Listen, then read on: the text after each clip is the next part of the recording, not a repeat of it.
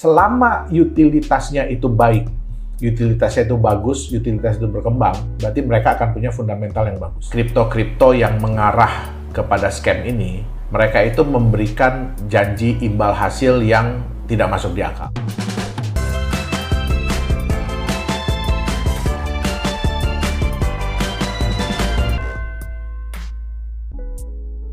Teman-teman, gimana sih caranya untuk mengetahui Anda investasi cryptocurrency yang tepat atau tidak? Karena ada kripto yang scam, ada yang real, lalu ada juga yang tidak scam sih, cuma projectnya gagal.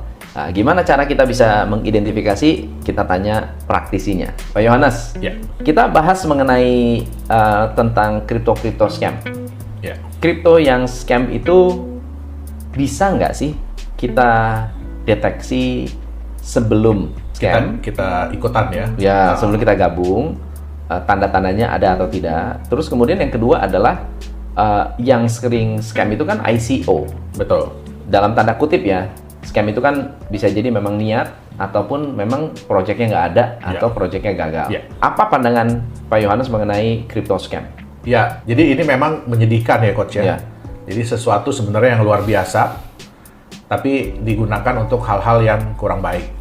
Nah, jadi memang terutama tahun 2017 akhir, nah, kita bisa lihat ya itu yang the biggest scam. Mungkin ya pada waktu itu ya, karena berikutnya ada lagi. Ada yang lebih gede lagi. Ada yang lebih gede lagi. Nah, itu adalah BitConnect. Ya. Nah, biasanya yang kripto yang mengarah kepada scam ini, mereka itu memberikan janji imbal hasil yang tidak masuk di akal. Ya, mereka memberikan janji imbal hasil yang tidak masuk di akal. Mereka mau supaya orang-orang itu semakin eager, semakin nafsu ya untuk membeli. Nah, terus yang kedua, biasanya mereka ini memberikan reward yang sangat berlebihan kepada marketingnya. Jadi bagi orang-orang yang mau menjalankan, itu diberikan reward yang sangat berlebihan lah ya. Contohnya misalkan, kalau Coach Tom saya ajak masuk $1.000, saya bisa dapat $300. Karena gini Coach Tom, sebenarnya kan kripto ini diciptakan out of nothing. Kenapa saya bilang out of nothing?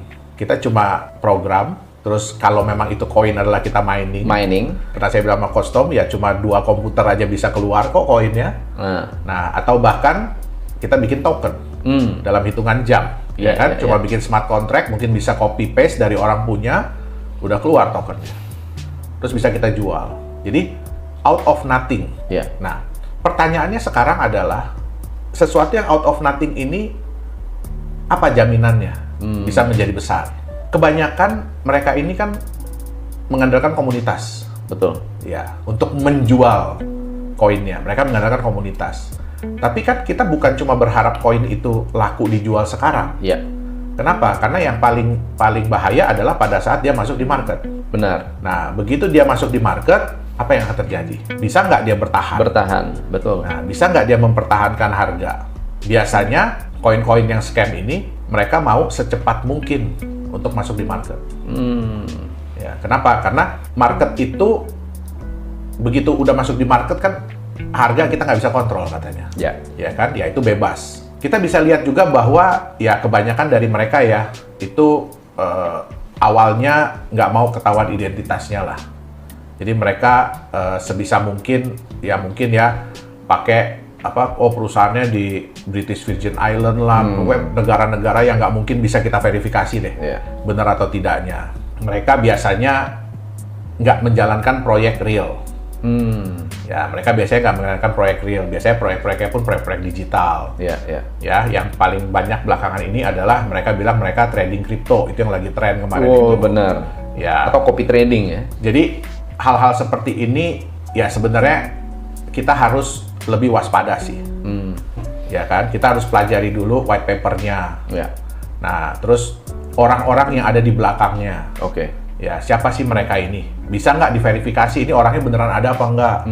Ya, kadang-kadang pakai itu Coach. Mungkin Coach tahu Fiverr ya, fiverr.com itu yang menyediakan jasa bikin video, bikin animasi, bikin apa. Yang ngaku-ngaku saya adalah CEO-nya, padahal itu aktor ya. Betul. Ya, kita harus lihat. Mungkin kita kadang-kadang harus belajar Coach. Kena dulu di sini gitu ya. Nah, Tapi di situ gunakanlah, kita itu belajar.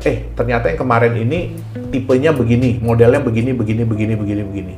Nah, kalau besoknya muncul lagi yang begitu, ya hati-hati. Nah, itu harus hati-hati. Jangan kejeblos 2 kali. Betul. Gitu ya. Masa modelnya udah sama, konsepnya udah sama, main lagi ya, gitu loh. Nafsu pengen hilang duit. Betul. Nah, ada nggak tipe-tipe modus-modus scammer di kripto? Tipe-tipenya apa sih? Oke, jadi gini, mungkin Koston tahu money game ya? Money game ya? Ya, kalau dulu kan money game itu kan mereka kan kita kasih rupiah atau US dollar, nanti kita akan diberikan return dalam bentuk rupiah atau US dollar. Yeah. Nah, seperti yang kita tahu kan, ini nanti akan bubble. Sebenarnya gini, Coach, return itu tidak dilarang, betul nggak? Kalau tidak kita dilarang. kalau kita bisnis pasti ada keuntungan. Yeah. Nah, wajar kalau kita membagikan keuntungan. Betul. Pertanyaannya adalah keuntungan ini beneran nggak? Benar. Iya kan? Benar keuntungan atau sebetulnya memindahkan dari bawah ke atas. Betul. Ya? Sekarang mereka biasanya kalau udah mau bubble, ya. Kan kalau kita cuma ada satu tempat gitu ya, Coach ya, uang rupiah masuk, nanti dia bayar orang, uang rupiah dia keluar. Ya. Nah, kan kalau dia bubble kan lama-lama habis. Benar. Habis, dia nggak bisa cetak rupiahnya kan? Betul. Nah, disinilah muncul penggunaan kripto. Muncul penggunaan kripto. Kenapa? Kripto kan bisa dibuat sendiri. Benar. Nah, akhirnya apa? Uang rupiah masuk, kripto yang keluar. Uang rupiah masuk, kripto yang keluar. Tapi nggak ada harganya tuh kripto? Nggak ada harganya. Betul. Nah, secepat mungkin masukin di market. Dapat koin. Nah, itu yang dibilang dengan crypto as an exit plan. Wow. Jadi, kripto digunakan sebagai exit plan dari sebuah money game.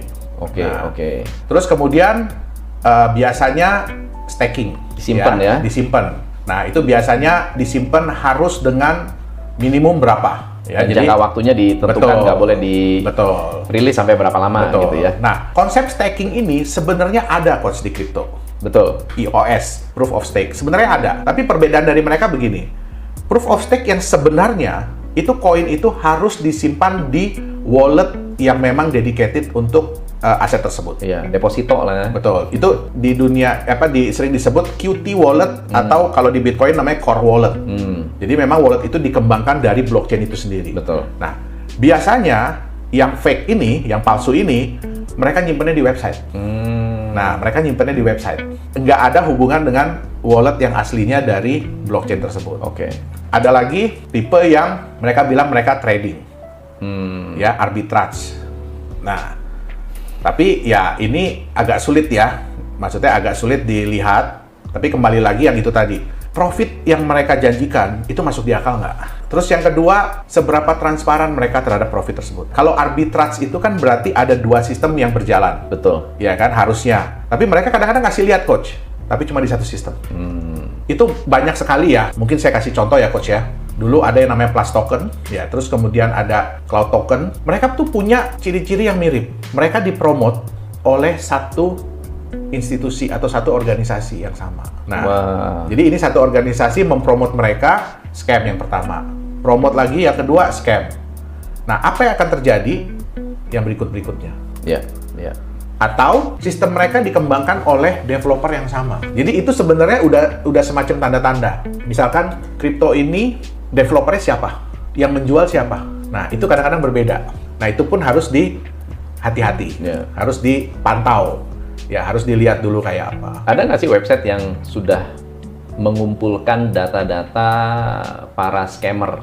Kalau menurut saya yang paling liable ya, yang paling bisa kita lihat, itu adalah ada namanya behindmlm.com. Behindmlm.com. Ya, behindmlm.com. Ini berarti kan mereka akan memantau mana-mana koin-koin yang dulu, bukan hanya koin berarti ya? Ya. Mereka juga memantau MLM atau money game yang ataupun scam. Ya, investment scheme yang about a bit fishy. Nah, berarti kita juga bisa nilai dari profil scammer ini. Betul. Biasanya nggak jauh-jauh beda. Betul. Modus-modusnya. Betul. Oke, ya. Mantap. Jadi ya kalau dia promote yang seperti itu, ya biasanya kalau yang dia promote berikutnya ya nggak jauh-jauh beda lah. Nggak jauh beda ya. Oke. Thank you so much. Malam hari ini kita sharingnya sangat mendalam. Ya, mohon maaf buat teman-teman yang punya niat untuk melakukan scamming.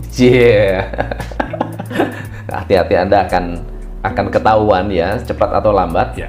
Tapi banyak juga yang apa namanya, yang nggak ketangkep tuh banyak sekali ya. Banyak, sana ya. banyak. Kripto ini seperti pisau, Coach. Ya. Tergantung di tangan siapa ini dipegang. Ya. Nah, terus salah satu orang yang sukai dari kripto ini adalah anonymous-nya. Dia memang bisa di tracing, tapi dia sifatnya anonim. Tidak ada rahasia, tapi transparan. Ya, ya. Nah, jadi ini yang sering dimanfaatkan kerahasiaan ini. Untuk mengetahui kalau kripto yang benar tuh gimana? Boleh. Yang bagus gimana? Boleh. Fundamental, menilai cryptocurrency yang bagus seperti apa. Ya. Kita akan membahas mengenai bagaimana cara memilih cryptocurrency yang bagus untuk Anda trading atau Anda simpan jangka panjang. Pak Yohanes, Ya. ada nggak sih cara-cara untuk memilih kripto yang sehat? Oke, jadi kalau kita bicara secara global ya Coach ya, yang paling penting adalah kita harus tahu dulu, ini aset ini ada fundamentalnya nggak? Ada fundamental. Nah, gimana caranya mengetahui fundamental dari cryptocurrency yang from nothing itu? Ya, oke. Jadi tetap yang kita harus pelajari adalah konsepnya. Ya. Ya, masuk di akal atau tidak. Kita mudah nggak mengerti. Kita mudah nggak mengerti kenapa kripto ini suatu saat akan bernilai. Gitu. Jadi dia bisa punya value, ya. Yang lebih bagus lagi tentu saja kalau kripto tersebut ada intrinsic value-nya, ada nilai dasarnya sendiri yang dikandung. Itu lebih bagus lagi. Nah, kita bisa lihat utility coin, ya, utility asset. Kenapa mereka bisa bagus nilainya? Kenapa mereka bisa berkembang nilainya? Karena fundamental mereka adalah utility-nya. Ya. Dipakai lah. Betul, dipakai. Ya. Nah, selama utilitasnya itu baik, utilitasnya itu bagus, utilitas itu berkembang, berarti mereka akan punya fundamental yang bagus. Iya. Nah, tapi kadang-kadang ini pun nggak cukup. Kenapa nggak cukup? Kenapa saya bilang nggak cukup untuk menilai ya Coach ya? Kenapa? Karena kebanyakan developer ini menjual aset kripto sebelum utility ini ada. Sebelum utility ini ada. Nah, bagaimana kita bisa menilai? Ya, ini kira-kira bisa nggak ini? Ya, kita harus lihat dulu ini masuk di akal atau tidak. Ya. Nah, pertama kita lihat dulu developer ini bentuknya apa? Apakah dia perusahaan atau dia grup atau dia yayasan, anonim? Nggak jelas siapa. Gitu loh. Nah, kalau memang mereka itu berniat untuk mengembangkan asetnya ini secara terus-menerus, tentu saja mereka pasti sudah mempersiapkan fondasinya ya, yaitu apa? Oke, kita bikin badan hukum, kita bikin perusahaan. Nah, terus kita harus lihat lagi di mana badan hukum ini berada. Ya, di mana badan hukum ini berada. Karena ya kita tahu ya Coach ya, sekarang kan banyak yang namanya shell companies tuh. Betul. Nah, itu mudah sekali dibuat. Ya, bahkan dengan mungkin uang kurang dari 15 juta aja kita udah bisa punya perusahaan di luar negeri. Ya, dengan direktur yang entah siapa itu, ya kan, appointed director-nya entah siapa, ya. Nah, jadi kita harus lihat ini legalitasnya di mana. Terus kemudian seperti apa sih regulasi di negara tersebut yang mengatur tentang aset-aset kripto?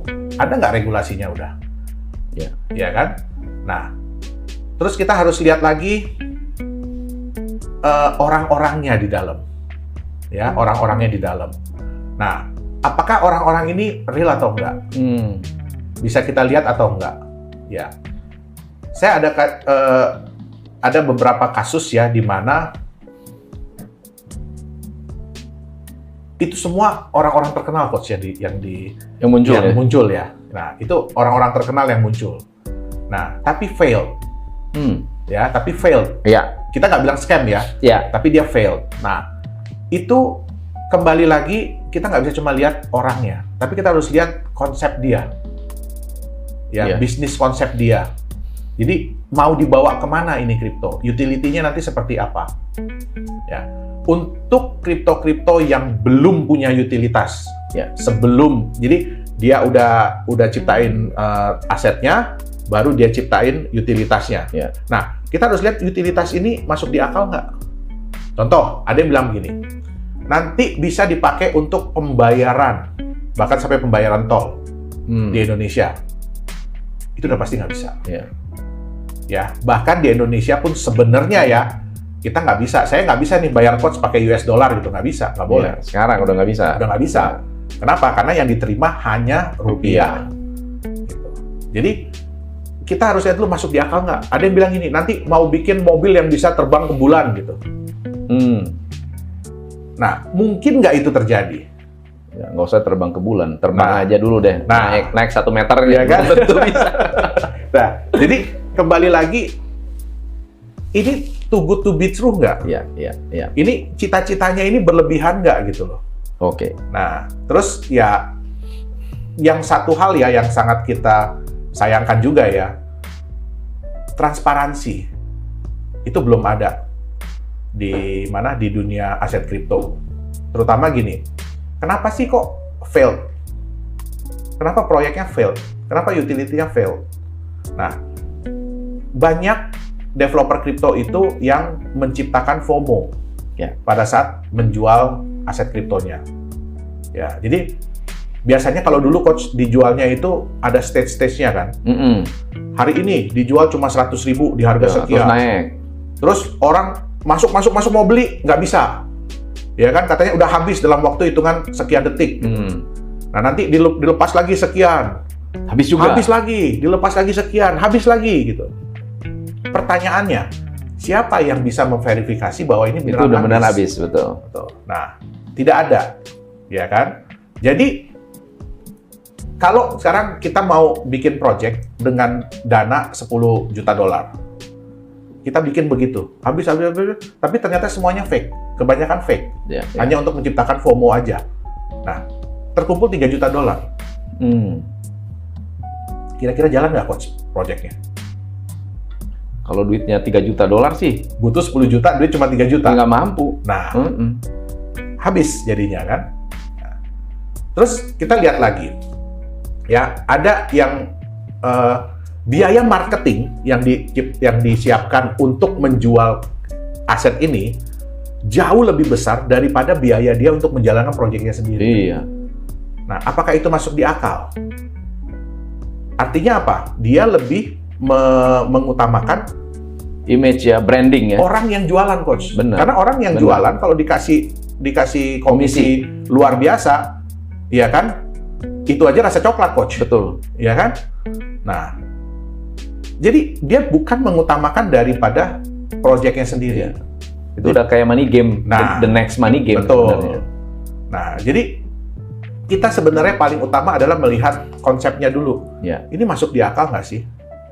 Karena tujuan utama dari sebuah aset kripto adalah utilitas tetap. Betul. Mau dia itu stable, mau dia itu security, mau dia itu utility, tujuan akhir dari sebuah aset kripto adalah utilitas, yaitu dipakai sebagai alat bayar. Oke.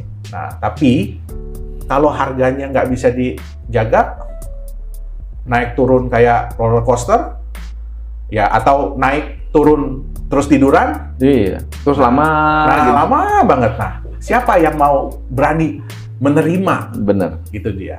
Oke. Nah, berarti kan kalau kan ada banyak sekali yang bilang bahwa kalau saya mau beli ya jangan beli ICO lah, beli aja yang udah ada di CoinMarketCap. Betul. Itu udah pasti jaminan.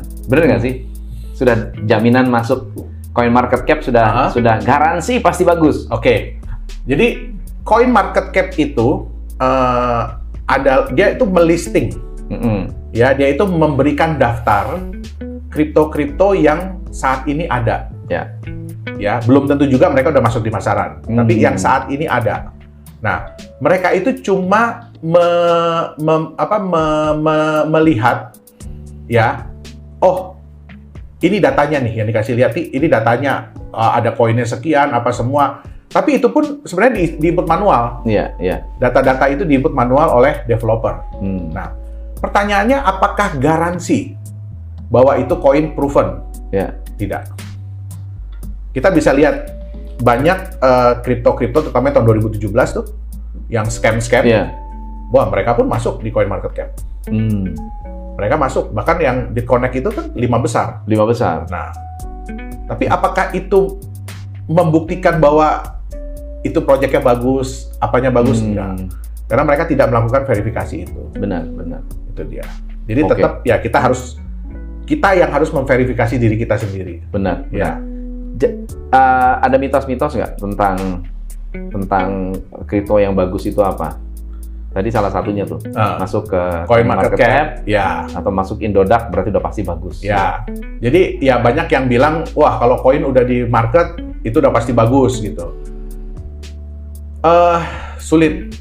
Sulit untuk dibilang. Kenapa? Ya kita lihat aja deh data di market ya, data di market berapa banyak koin-koin yang begitu sudah masuk di market tiba-tiba jatuh, rebahan atau hilang ya. Iya, rebahan dalam waktu yang lama atau bahkan di delisting. Ya, jadi mitos-mitos seperti itu yang bahwa kalau udah di exchanger itu udah proven.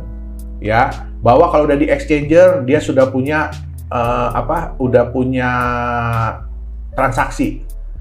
Enggak juga. Ada yang di exchanger transaksinya cuma berapa puluh juta sebulan, tapi nggak di delisting juga. Iya. Nah, jadi ya sulit. Kenapa? Karena exchanger dan exchanger itu hanya menyediakan tempat untuk kita menjual atau kita membeli, kayak di pasar. Nah, ya apakah barang itu bagus? Belum tentu juga. Benar. Itu dia. Jadi berarti tetap banyak kerja keras yang harus dilakukan untuk koin ini benar-benar ramai. Betul. Ya diperjualbelikan. Betul.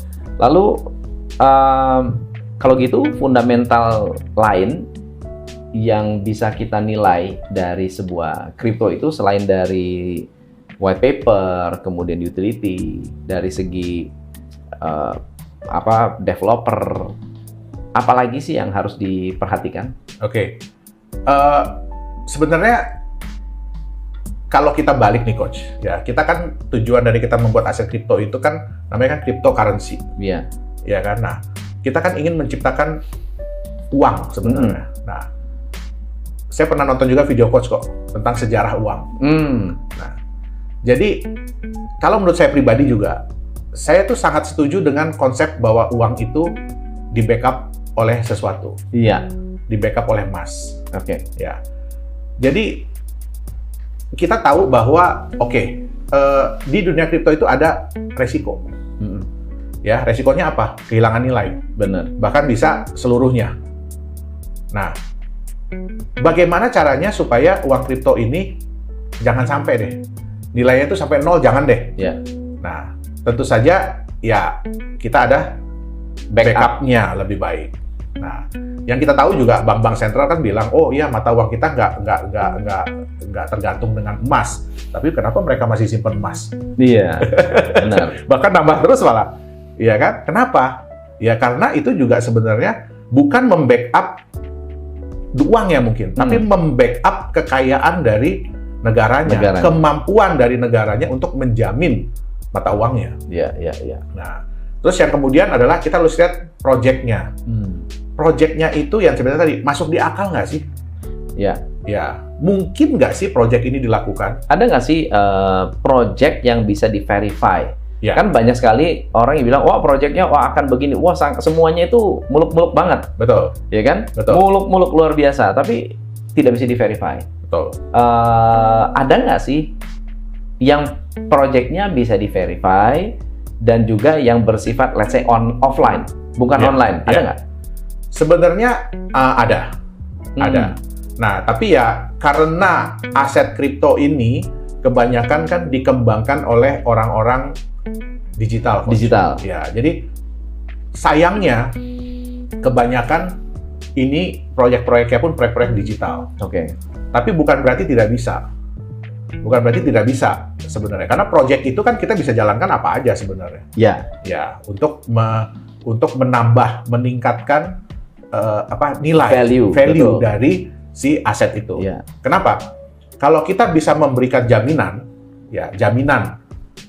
kenyamanan buat orang bahwa ini harga nggak akan fluktuatif, nggak akan parah-parah banget naik turunnya. Terus kemudian juga kita bisa memberikan nilai tambah dari waktu ke waktu ya, bukan cuma karena harga marketnya naik, tapi ada nilai tambah bagi koin ini sendiri, bagi aset ini sendiri. Saya yakin ke depannya utilitas itu akan terbentuk dengan sendirinya. Iya. So let's say misalnya saya pakai US dollar sebagai backup. Ya, satu koin sama dengan 1 US dollar. Betul. Tetapi uang itu tidak hanya dipakai sebagai koin, tapi juga ada bisnis yang dijalankan.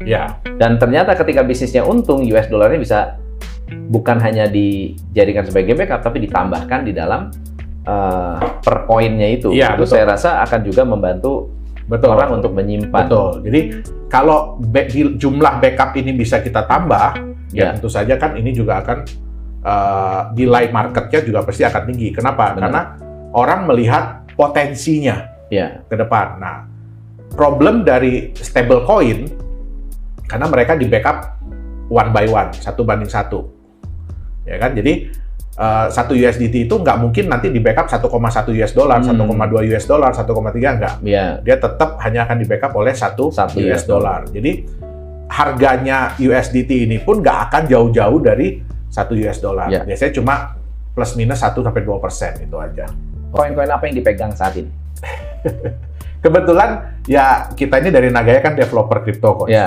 Tapi kalau saya pribadi, saya tuh hanya yang saya bilang saya hanya memining Bitcoin. Ya, dan itu pun nggak saya simpen.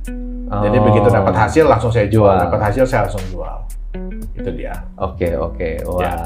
Jadi percayanya dengan kapasitas ya, kemampuan Bitcoin untuk mining bisa di untuk sementara ini cukup baik. Masih oke ya? Iya. Untuk sementara ini cukup baik. Mudah-mudahan nggak turun-turun lagi dia, Coach. Oh, siap. Oke. Ada pesan-pesan buat teman-teman yang ada di luar sana buat yang penasaran banget dengan kripto atau mau tanya-tanya langsung ke Pak Yohanes mungkin? Atau apa komen yang harus atau pikiran yang harus dipikirkan oleh teman-teman saat mau membeli altcoin atau kripto atau apapun itu?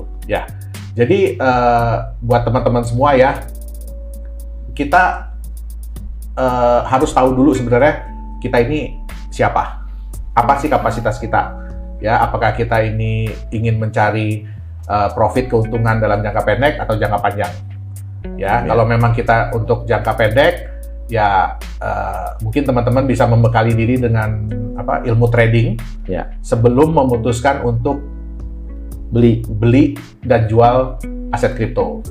Nah, tapi bagi teman-teman yang ingin menjadikan aset kripto ini adalah aset untuk masa depan, jadi untuk jangka panjang, jangan keburu-buru,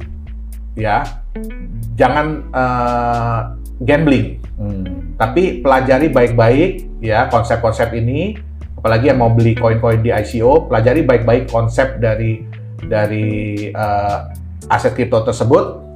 Nah, paling penting adalah ikuti kata hati kita. Selain riset adalah ikuti kata hati kita. Betul.